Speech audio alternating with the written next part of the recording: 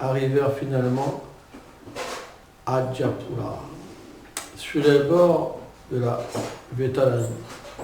Là, il vit le temple consacré à Balahadev et offrit son hommage à la mort. Dans le temple de Balahadev, Sri Chaitanya Mahaprabhu chanta, dansa et offrit des prières. Il passa cette nuit-là dans le temple. Après cela, Sri Chaitanya Mahaprabhu se rendit à Katak pour voir le temple de Gopal le témoin. Lorsqu'il vit la mortie de Gopal, il fut émerveillé par sa beauté. Là, Sri Chaitanya Mahaprabhu se mit à chanter, à danser pendant un certain temps. Et dans son émotion, il offrit de nombreuses prières à Gopal. Cette nuit-là, Sri Chaitanya Mahaprabhu resta dans le temple de Gopal et avec tous les dévots, il écouta l'histoire de Gopal le témoin avec grand plaisir. Quelque temps auparavant, lorsque Nityananda Prabhu avait voyagé dans toute l'Inde pour visiter différents lieux de pèlerinage, il était également venu voir Sachi Gopal à Katak. Les gens de l'endroit avaient alors raconté l'histoire de Sachi Gopal à Nityananda Prabhu. Il la rapporta donc à cette occasion, et Sri Chaitanya Mahaprabhu écouta ce récit avec beaucoup de plaisir. Tenez reporté. Le temple de Sakshi Gopal est situé entre l'embranchement ferroviaire de Kuldarod et la gare de Jagannath Puri. La mortie ne se trouve pas présentement à Katak, mais lorsque Nityananda Prabhu s'y rendit, la mortie était encore là. Katak est une ville d'Orissa située au bord de la Mahanadi. Lorsque Sachi Gopal fut ramené à Vidyanagar, dans le sud de l'Inde, il demeura quelque temps à Katak. Après cela, il fut installé pendant un certain temps dans le temple de Jagannath. Il semble qu'en ce lieu soit survenu un désaccord entre Jagannath et Sachi Gopal. Un désaccord appelé Prema Kalaha, d'amour. Tu connais cette histoire? Ouais. Jagannath, il a dit à Gopal qu'il ne fallait pas qu'il reste dans son temple.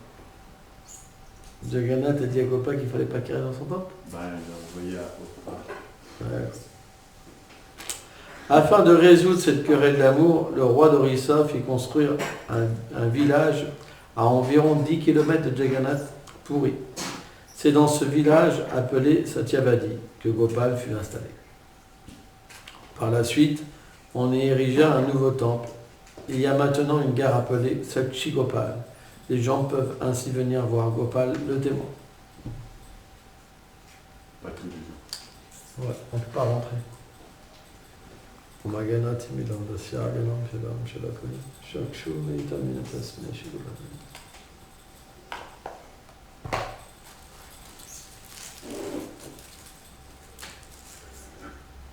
On avait été ensemble devant la porte de Sakshi Gopal avec Param Gati Swami. Il y avait un vieux brahmana qui m'appelait pour que je vienne. Il voulait que je rentre. En l'occurrence, c'était avec Yamuna Divan. Avec Yamuna Divan. Mais il y a un jeune brahmana qui est arrivé pour dire non. Mais le vieux, il voulait absolument que je rentre. Comme ça. Je me suis dit, tiens, la miséricorde de Sachi Gopal. J'allais pour rentrer, et puis là, quelqu'un est intervenu. Presque. Donc,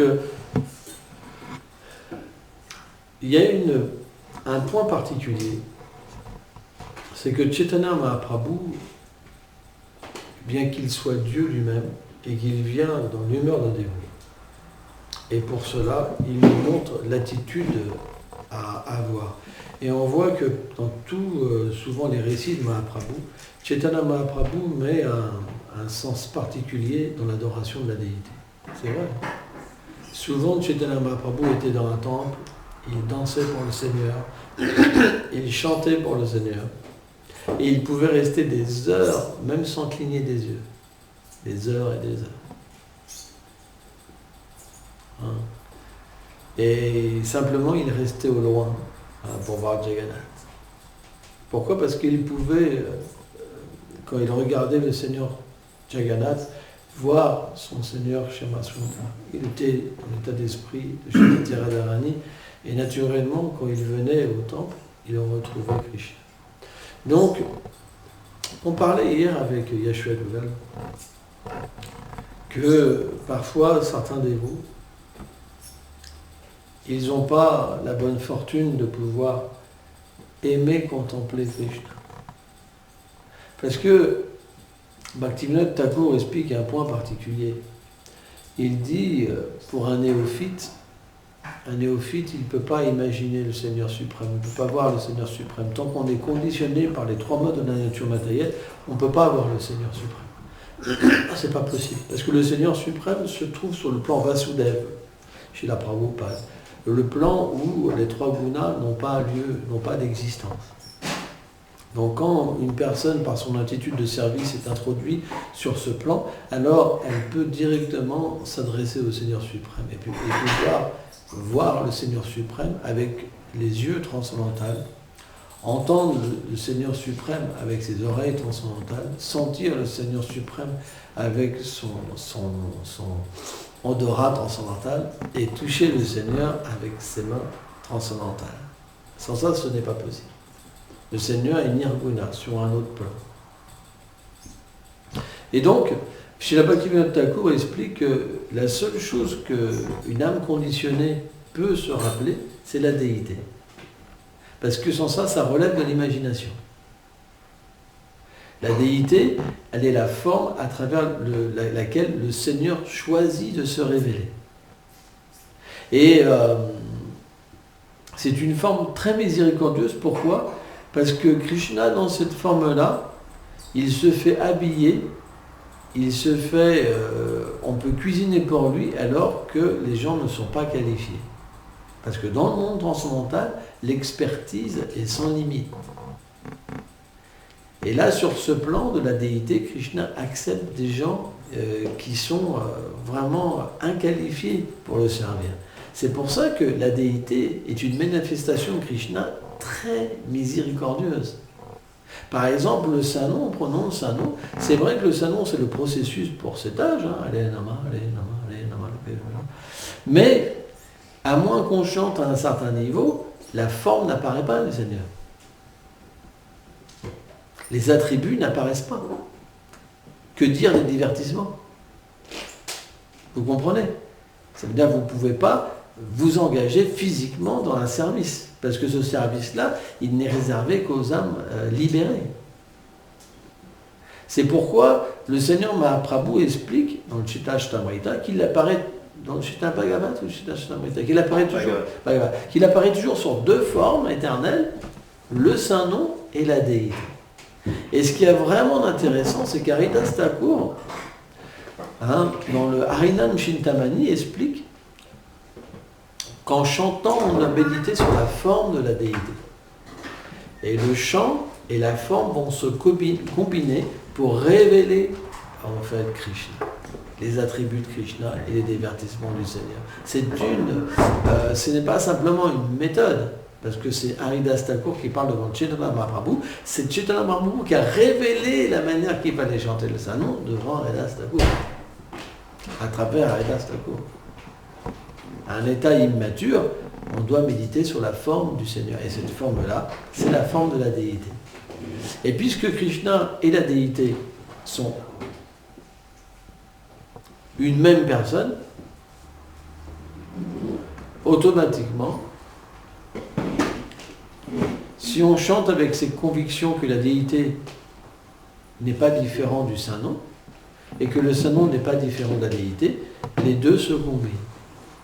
Srila Bhaktivedanta Narayana Goswami Maharaj explique un point intéressant. Il explique que quand vous chantez le Saint-Nom et que vous avez des désirs matériels, c'est pas bon, c'est pas une bonne chose. Quand votre mental est dans vos impressions matérielles. Mais quand vous allez faire un parikram mentalement et que vous chantez, par exemple, et vous allez visiter le Dham, que vous allez dans différents temples, vous méditez sur une image de Krishna, etc., que même vous adorez la déité, vous pouvez la baigner, puisque le Saint-Nom et la déité, c'est pas différent, puisque le Saint-Nom et le lieu saint, c'est pas différent, puisque c'est pas différent de Krishna, il n'y a pas d'offense. Et de cette manière-là, le Saint-Nom va éveiller les sentiments et révéler les choses qui sont liées au Seigneur suprême. Et c'est une méthode qui est très bien, en fait, très bonne, parce que ça permet aux êtres vivants de chanter au moins Shraddhanamabhas, avec la foi, avec un mental qui est fixe. Et ce chant, Haridas Thakur explique qu'il a pour fonction, Bhaktivinoda Thakur explique, de purifier l'existence de l'être vivant et l'amener à chanter sans offense. Parce que en fait, le problème du chant, c'est quoi? Tant qu'on est conditionné, l'ignorance, on dort pendant le chant. Par exemple, ce matin, j'allais dans la chambre de Balaram, j'entendais ronfler, je dis qu'est-ce qu'il fait? Il est en train de chanter. Donc il ronflait en même temps. Je ne sais pas ce qu'il chantait, mais il ronflait. Hein. Donc ça veut dire quoi? Ça veut dire que dans ce moment où on dort, on est influencé par l'ignorance. Ça veut dire que l'ignorance prend le dessus et ça fait qu'on ne peut pas entrer en contact avec le Saint-Nom. Et au lieu d'être en extase et complètement attiré par le Saint-Nom, au contraire, on ronfle. Vous comprenez? C'est un principe. La passion, ça va être, au lieu de pouvoir entrer en contact avec le Saint-Nom, ben on va faire des plans matériels où on va penser, bah lui il a été désagréable avec moi, on va penser vraiment à autre chose au lieu d'écouter. Donc, qu'est-ce qui est le meilleur? C'est la vertu. Parce que dans la vertu, on peut être fixé sur l'écoute. C'est pourquoi le premier stade, Nishta, de la fixation dans le Saint-Nom, le stade de l'écoute, c'est le stade de la vertu. Vishwanath Chaitanya Thakur explique, c'est quand la passion et l'ignorance, j'ai l'impression que les dévots, ils n'écoutent pas la classe quand ils font ça. Hein. Essayez d'écouter un peu la classe. Je vais poser des questions après la classe pour vérifier ça.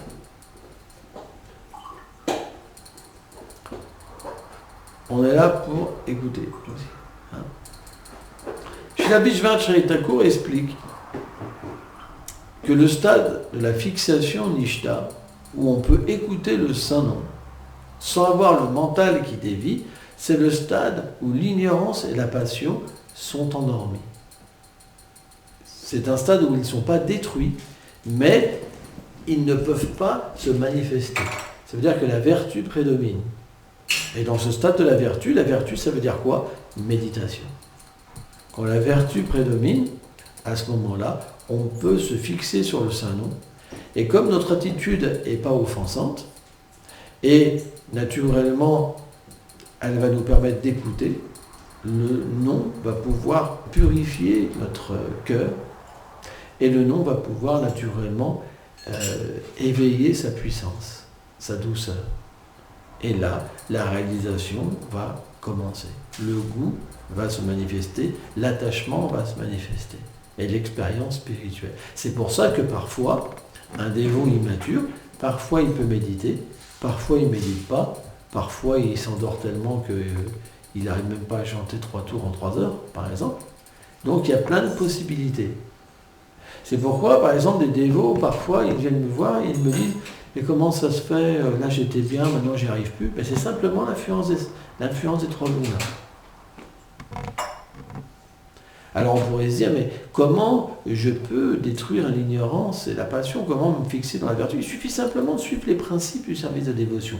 Parce que les principes du service de dévotion sont transcendantales. Si on les suit à la lettre et 24 heures sur 24, donc bien sûr, on doit dormir 6 heures dans la vertu, pas plus, pour ne pas être influencé par l'ignorance. Mais si on suit toutes les instructions du service de dévotion, graduellement, la bonne attitude va venir, c'est la vertu. Et dans la vertu, ça veut dire que notre méditation sera toute la journée. C'est ce qu'on appelle le stade Nishta. Nishta, ça veut dire qu'on pense à que Krishna, et on voit que Krishna partout, d'un certain niveau. Il n'y a pas forcément l'amour, mais il y a la vision. Ça veut dire notre but, parce qu'on le voit, c'est Krishna. On veut atteindre Krishna, mais on voit Krishna sur un certain niveau, sur un niveau de la connaissance. et sur un niveau de la réalisation aussi. Hein, de la réalisation dans le sens que quand on lit des choses, on peut les vérifier. On peut sentir qu'on est heureux. On peut sentir qu'on s'est libéré des activités impies. On peut se sentir libéré. On sent qu'on va vers la libération. Mais à ce stade-là, on ne peut pas encore voir le Seigneur suprême. Certains dévots, j'ai entendu certains dévots disent qu'au stade de Nishta, on peut commencer même à avoir une certaine connexion avec l'âme suprême. Donc on commence à être guidé par Chaitya-guru à l'intérieur. C'est quelque chose qui est important à comprendre. Donc, pourquoi je disais tout ça? Pour expliquer l'importance de la déité. Chaitanya Mahaprabhu, il allait dans les temples et il passait des heures à regarder. Pourquoi? Parce que si on pouvait voir la déité, on resterait à voir sa beauté tout le temps, en fait.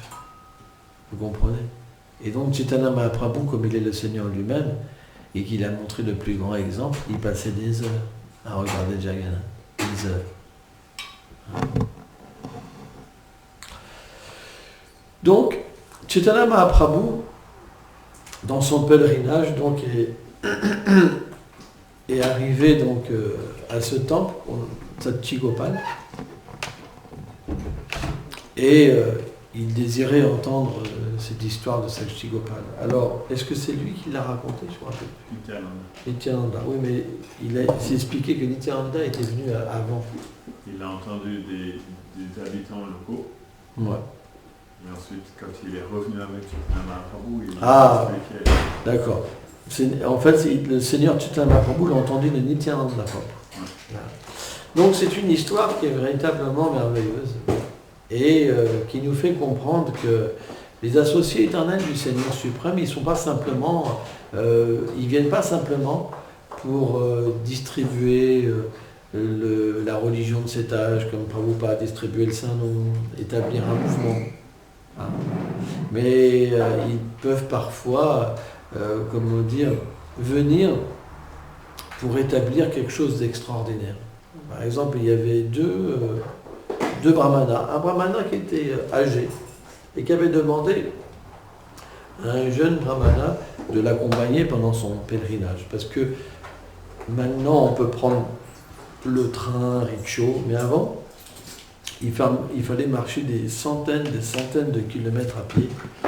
Et quelqu'un qui était un peu âgé, naturellement, c'est difficile pour lui. Et il fallait donc une personne pour l'aider. Et ce jeune brahmana, il s'est dédié complètement au vieux brahmana, au point que le vieux brahmana, il l'a considéré même plus cher que son propre fils, quelque part. Il a été tellement conquis par son dévouement qu'il lui a promis sa propre fille. Il lui a dit, je te promets la main de ma fille. Et là, le jeune brahmana, il lui a dit, fais attention à ce que tu fais. Parce qu'à cette époque-là, il y a un système de naissance. Ça veut dire que dans cette époque de l'Inde, il y avait naturellement un phénomène de naissance. Et c'est un petit peu comme ici, on retrouve la même chose. Si vous avez un milliardaire, la fille d'un milliardaire qui veut se marier avec un sans sou, ça ne va pas se passer bien, quoi. T'as toute la famille qui va être contre. Donc on a aussi cette chose-là chez nous. Vous comprenez? Hein? Et donc automatiquement, le jeune brahmana, il dit, écoute, je ne viens pas d'une famille, une bonne famille, quoi, d'une haute, de la haute société. Et je pense que ce que tu dis, tu ne pourras pas tenir ta promesse, parce que toute ta famille va être contre toi. Il lui dit, n'aie crainte, je te promets, je maintiendrai ma promesse. Et là, en fait, le jeune brahmana et le vieux brahmana ont fait donc quelque chose qui se fait naturellement en Inde, c'est qu'ils ont été dans le temple de Gopal, et devant Gopal, ils ont établi un contrat. Et le vieux brahmana a dit, devant toi Gopal, je promets de donner ma fille à ce jeune brahmana. Et ils ont dit, le jeune brahmana a dit, et en cas de problème, je te demanderai un témoin. Donc, tout allait bien. Et puis, quand ils sont rentrés du pèlerinage, le vieux brahmana a commencé à être anxieux. Il dit, oulala, qu'est-ce que j'ai fait? Parce que bon, quand on n'est plus en contact avec la femme, avec les enfants, avec l'environnement, c'est le pèlerinage, on oublie tout, c'est le nectar, et puis on rentre dans la réalité, et là il a commencé à se dire, oulala, qu'est-ce que j'ai fait? Et donc il s'est dit, il faut que j'en parle. Ah, c'est le stress, il faut que j'en parle. Et donc un jour il dit, voilà, j'ai été tellement bien servi par ce jeune brahmana que je lui ai fait donc la promesse que je donnerais ma fille donc à ce brahmana. Et là la mère elle dit, quoi, qu'est-ce que tu as fait? Si tu fais ça, je me suicide. Je me donne la mort. Tu vois. Et là, toute la famille était contre lui. Tu vois. Et là, il ne savait plus quoi dire, au point qu'il ne disait plus rien. Tu vois. Il avait presque arrêté de parler, le vieux brahmana. Et donc un jour, le jeune brahmana, il est venu, il a frappé pour demander que le vieux brahmana respecte sa promesse. Et le vieux brahmana ne répondait pas. Et donc, ce qu'avait conclu son fils, qui était un athée, c'était que dès qu'il le verrait, qu'il viendrait réclamer en fait sa sœur, qui dirait simplement qu'il avait donné du poison, de la drogue à son père pour avoir de l'argent et sa fille, et qu'il le chasserait avec un bâton. Et donc, c'est ce qui s'est passé quand le jeune brahmana est venu donc réclamer la fille du brahmana. Le jeune brahmana donc l'a chassé. Et là, qu'est-ce qu'a fait le jeune brahmana? Il a été voir tout le village. Il a dit, voilà, le vieux brahmana, il ne veut pas respecter sa promesse. Donc tout le village est venu. Quoi. Parce qu'il n'y avait pas de tribunal à cette époque-là, c'est le village qui se réunit. Quoi. Et là, donc le vieux brahmana ne disait rien. Il disait simplement qu'il ne se rappelait pas. Tu vois. Il ne savait pas quoi faire. Il était complètement testé. Quoi. Parce que s'il disait oui, sa femme se tuait. Tu vois. Il ne savait pas, quoi. Il savait pas quoi faire, donc il a simplement dit, je ne me rappelle pas. Et là, le jeune, son fils a dit, oui, il a drogué mon père, regardez-le, c'est un truand, et maintenant il veut la main de ma fille, comment ma soeur pourrait être le mari d'une personne comme ça, vraiment le truc dur, toi. Et là, tout le monde était confus, toi, il disait, et puis le jeune brahman disait, non, oui, en fait, il m'a fait la promesse devant Gopal. Et là, comme le frère de la sœur, c'était un athée, il s'est dit de toute façon, ils ont fait la promesse devant Gopal. Gopal, c'est juste un morceau de métal, de marbre, de pierre. Quoi. De toute façon, il ne pourra jamais venir témoigner ou quoi que ce soit. Donc c'est tout gagné, quoi. Tu vois, qu'ils mettent l'accent sur Gopal. Quoi. Et donc, finalement, après un certain temps de piaillement, de discussions intenses, ce qui a été conclu, c'est que si Gopal venait témoigner, et qu'il témoignait en faveur du mariage, alors tout le monde accepterait.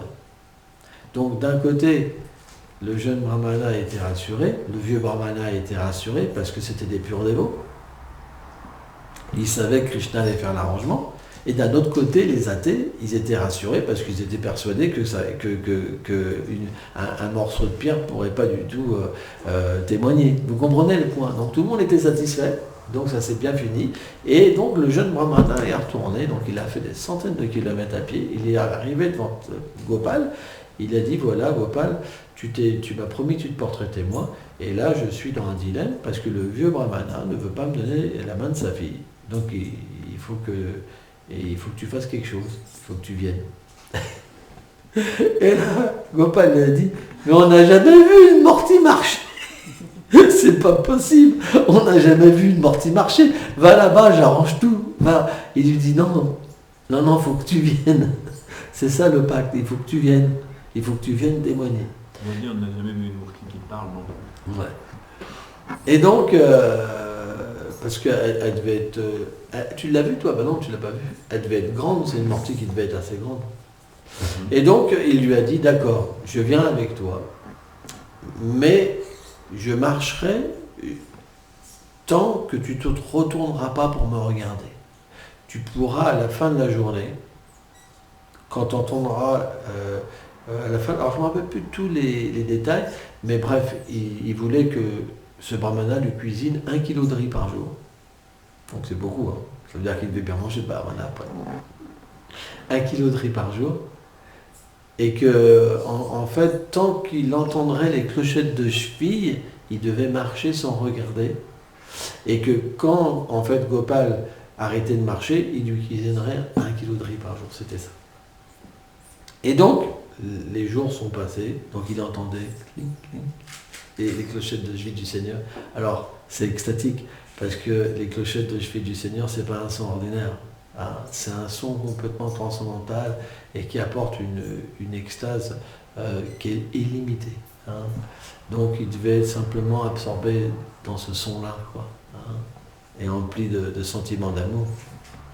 Et donc à un moment pas très loin du village, à simplement quelques kilomètres, hein, il a semblé pu entendre les clochettes. Et là, il s'est retourné et le Seigneur s'est fixé en tant qu'une déité, en train de jouer de sa flûte. Et donc, comme là, il n'était pas loin, il a demandé à tout le village de venir. Et comme tous les gens ont vu cette déité qui pesait, je sais pas, 1 tonne ou 2 tonnes, et à cette époque-là, c'était pas possible de transporter quelque chose comme ça, quoi. Surtout qu'il était tout seul. Et donc là, ils ont réalisé que le Seigneur était venu. Et donc il a pu épouser donc, la fille du vieux brahmana. Et en fait, quand ils se sont de nouveau, quand ils sont venus tous les deux devant la mortie, Sakshi Gopal, donc on l'avait appelé maintenant Gopal le témoin, Sakshi Gopal, Sakshi ça veut dire le témoin. Le Seigneur leur a dit, vous êtes tous les deux mes purs dévots, vie après vie. Ça veut dire que les purs dévots, ils accomplissent toutes sortes de divertissements pour le Seigneur suprême. Et ce divertissement-là est très important, parce qu'il prouve que la déité est une personne.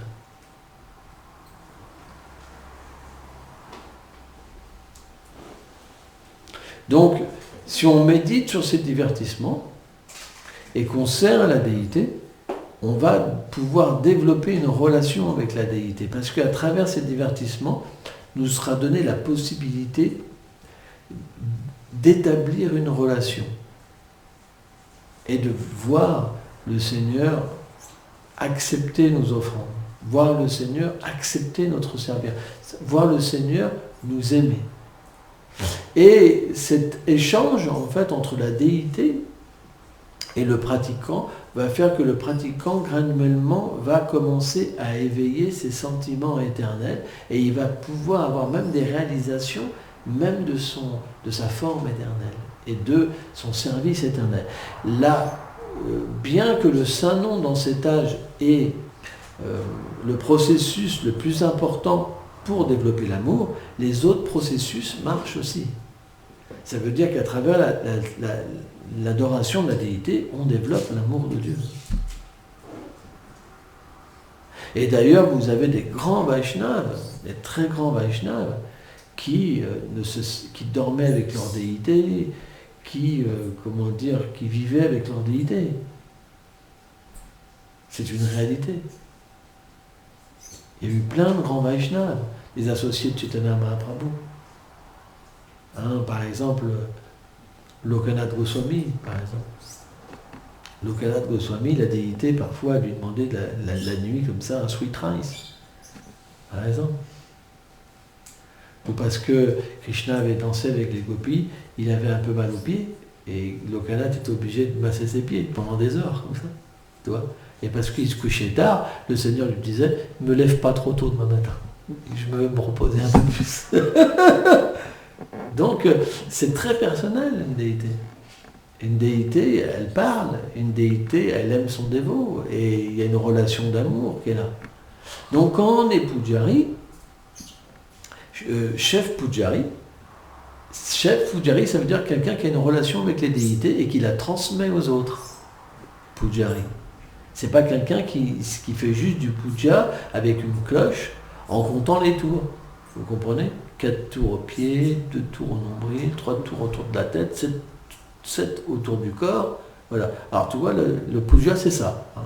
Tu récites le mantra et 4 tours aux pieds, 2 tours au nombril, 3 à la tête et 7 autour du corps. Ça c'est parfait. Là tu es sûr que Krishna est satisfait. Donc on fait des maths. Vous comprenez? On fait des maths. En fait, un chef pujari, avant tout, c'est quelqu'un qui a une relation avec les déités et qui enseigne comment établir une relation d'amour. Sans ça, il n'est pas un chef pujari. Vous comprenez? Il est un prétendant. Il est quelqu'un qui prétend pouvoir apprendre le puja. Puja, ça veut dire qu'on offre notre cœur. Quand les gopis, elles adorent en fait le Seigneur suprême, elles offrent leur cœur au Seigneur suprême. Donc un chef pujari, c'est quelqu'un qui a offert son cœur à Krishna, qui appartient au Seigneur suprême et qui enseigne aux autres comment faire la même chose. Sans ça, qu'est-ce qui va se passer? Les déités vont être mal adorés. Ils ne seront pas adorés avec dévotion. Ils ne seront pas satisfaits. Et si Krishna n'est pas satisfait, les problèmes vont arriver. C'est comme un chef cuisinier. Un chef cuisinier, ça devrait dire que c'est quelqu'un qui a une connexion avec Shrimati Radharani. On n'entre pas dans la cuisine sans la permission. On doit comprendre ce qui se passe à Golok Vrindavan. Comment à Golok Vrindavan, Krishna est habillé. Comment à Golok Vrindavan, Radharani est habillée. Comment Radharani cuisine. Sans ça, ce n'est pas des chefs cuisiniers. Un chef cuisinier, il doit apprendre l'état d'esprit de la cuisine. Qu'est-ce que c'est la dévotion? Vous savez, si vous mangez un prashad qui a été offert véritablement par quelqu'un qui a une connexion à Vrindavan, vous développez l'amour de Dieu tout de suite. Ça rentre en vous. Ça se manifeste. Vous devenez intoxiqué par l'amour. En fait, il existe différentes qualités de prashad. Parce que Krishna, ce n'est pas le légume qu'il accepte. Qu'est-ce que Krishna accepte? C'est la dévotion. Donc plus la dévotion est élevée chez un dévot, plus Krishna mange. Et plus le prashadam, la nourriture offerte au Seigneur, est merveilleuse et emplie de doux sentiments spirituels. C'est pourquoi l'adoration de la déité, ce n'est pas des choses ordinaires. Vous êtes dans le plan transcendantal. La déité, elle permet à des gens pas qualifiés d'entrer sur ce plan. C'est pourquoi la déité est un principe de miséricorde extrême, merveilleuse. Moi-même, je me rappelle quand j'étais jeune dévot, parfois ça m'est arrivé d'avoir du mal à chanter.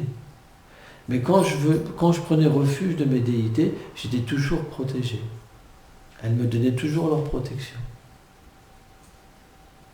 Et je pouvais dépasser tous les obstacles.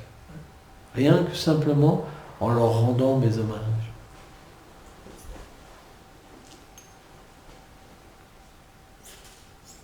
Donc c'est quelque chose qui est extrêmement important. Si on adore bien Krishna, tous nos problèmes vont disparaître. Tous nos problèmes. Voilà, merci beaucoup. Pour confirmer ce que tu disais, un jour Prabhupada il expliquait au dévot qu'après avoir installé Gohanita et Krishna Balaham et Sadashama Sundara, il leur a dit Gohanita ils sont ici sur l'autel. Si jamais vous avez un problème, vous venez les voir et vous leur expliquez votre problème et votre problème sera fini. Si on parle, donc Shvedula disait une fois, Prabhupada, après avoir installé Gohanita et Krishna Balaram et Radhashama Shundar, Vrindavan. Il a dit, Goranita, ils sont véritablement présents ici. Et si un jour vous avez un problème, vous pouvez leur en parler et le problème disparaîtra. Si on est personnel avec Krishna, Krishna personnellement vient nous aider. Si on est impersonnel, on ne trouve plus d'aide à un moment. Il faut être des personnalistes. Un Vaishnava est un personnaliste. C'est quelqu'un qui comprend que le Seigneur peut l'entendre. C'est important. Peut venir, même personnellement, l'aider.